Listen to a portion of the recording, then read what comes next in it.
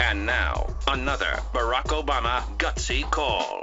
Gutsy call. There are two phrases that Barack Obama has said in the last 4 years, and we're asking you if you could get one of these phrases into an ad that every American could see. What do you think is the most important? What do you think is the most important phrase out of these two that America should hear? First one is our number 11 seed here. We started with 64. We're down to the Sweet 16. This is a number 11 seed. We believe the borders of Israel and Palestine should be based on the 1967 lines with mutually agreed swaps. Okay. That's that's historic. Yeah, that's but a I'm big not one. sure anybody really Big understands that. But that is so huge for him to say. By the way, you can vote on these online. We'll play the second one here in a second. How do you vote, Jeffy? Just vote on the feed. Go to theblaze.com/thefeed. And you get 60 seconds here in a second. It'll begin after this next clip, and you'll have 60 seconds to vote. And that goes up against this classic. I chose my friends carefully.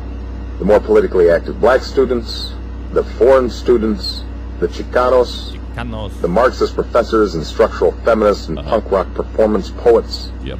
We smoked cigarettes and wore leather jackets. Cool. At night in the dorms we discussed neocolonialism, Frantz Fanon, Eurocentrism, and patriarchy.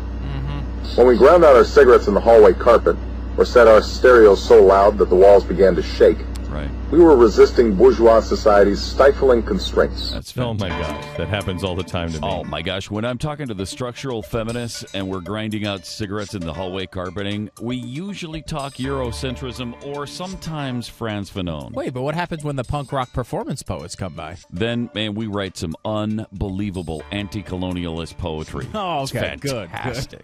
You know, Just awesome. the significance of the first one is historic. It is. But this one, for the two words, let me sure that it's a Joe Biden thing. For the two words, I chose my friends carefully.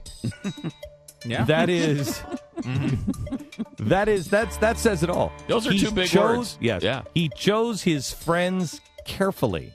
Right. Those he hung out with. He knew exactly what he was doing. And listen to what he was doing. And the anti-colonialism. Once you understand anti-colonialists and the anti-colonialist thinking, you understand exactly what this president is going to do. Here it is, Jeffy. How'd the feed vote go? The winner is Marxist professors. 52%. Wow, 52 to 48. Wow, that's Close close. one.